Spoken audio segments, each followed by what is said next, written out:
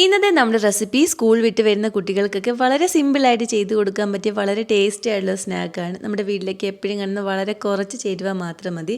അപ്പോൾ നമുക്ക് അതിനായിട്ട് ആദ്യം വരുന്ന ഉരുളൻകിഴങ്ങാണ്. ഉരുളൻകിഴങ്ങ് ചെറുതായിട്ട് അരിഞ്ഞിട്ട് മിക്സർ ജാറിലേക്ക് ഇട്ട് കൊടുക്കാം. കൂടെ തന്നെ 1 കപ്പ് റവ കൂടി നമുക്കിതിലേക്ക് ചേർത്ത് കൊടുക്കാം. ഇനി ഇതിലേക്ക് 1 കപ്പ് വെള്ളം കൂടി ഒഴിച്ചു കൊടുത്ത് നല്ല ഫൈനായിട്ട് ഇതൊന്ന് അരച്ചെടുക്കണം.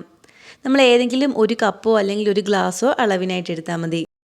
ഇപ്പം നമ്മളിതിവിടെ നല്ല ഫൈനായിട്ട് ഇതുപോലെയൊന്ന് അരച്ചെടുത്തിട്ടുണ്ട്. ഇനി നമുക്കൊരു ബൗളിലേക്ക് ഒഴിച്ചു കൊടുക്കാം.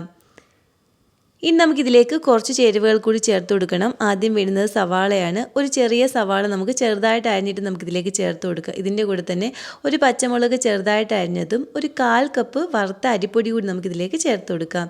ഇതിൻ്റെ കൂടെ തന്നെ ഒരു 1/2 ടീസ്പൂൺ ഗരം മസാലയും 1/2 ടീസ്പൂൺ ചെറിയ ജീരകവും ആവശ്യത്തിന് ഉപ്പും കൂടി ഇതിലേക്ക് ചേർത്ത് കൊടുക്കണം.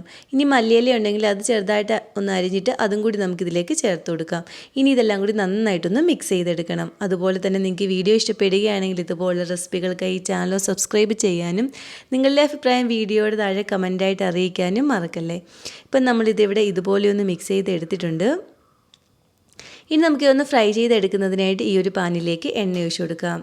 എണ്ണ നന്നായിട്ട് ചൂടായ ശേഷം തീ ഒരു മീഡിയം ഫ്ലെയിമിൽ വെച്ചിട്ട് നമ്മളൊരു സ്പൂൺ എടുത്ത് ആദ്യം എണ്ണയിലൊന്ന് മുക്കിയ ശേഷം കുറച്ച് മാവ് സ്പൂണിൽ ഇങ്ങനെ കോരി നമുക്ക് എണ്ണയിലേക്ക് ഇങ്ങനെ ഇട്ട് കൊടുക്കാം. എണ്ണയ്ക്ക് മുകളിലേക്ക് സ്പൂൺ ഇങ്ങനെ ഒന്ന് വെച്ച് കൊടുത്താൽ മതി. അല്ലെങ്കിൽ നമ്മൾ കൈകൊണ്ട് കുറേശ്ശെയായിട്ട് എണ്ണയിലേക്ക് ഇട്ട് കൊടുത്താലും മതി. ഇനി ഒരു സൈഡൊന്ന് ഫ്രൈ ആകുമ്പോൾ തിരിച്ചിട്ട് കൊടുത്ത് 2 സൈഡും നല്ലൊരു ഗോൾഡൻ ബ്രൗൺ കളർ ആകുന്നവരെ ഒന്ന് ഫ്രൈ ചെയ്തെടുക്കണം. ഇപ്പോൾ ഇതിവിടെ ബബിൾസൊക്കെ കുറച്ച് നല്ല ക്രിസ്പി ആയിട്ട് വന്നിട്ടുണ്ട്. ഇനി നമുക്കിതും കോരിയെടുക്കാം. ബാക്കിയുള്ളത് നമുക്ക് ഇതുപോലെയൊന്ന് ഫ്രൈ ചെയ്തെടുക്കണം. അങ്ങനെ ഉരുളൻകിഴങ്ങും അരിപ്പൊടിയൊക്കെ വെച്ചിട്ട് വളരെ സിമ്പിളായിട്ട് ചെയ്തെടുക്കാവുന്ന വളരെ ടേസ്റ്റിയുള്ള പലഹാരം ഇവിടെ റെഡി ആയിട്ടുണ്ട്.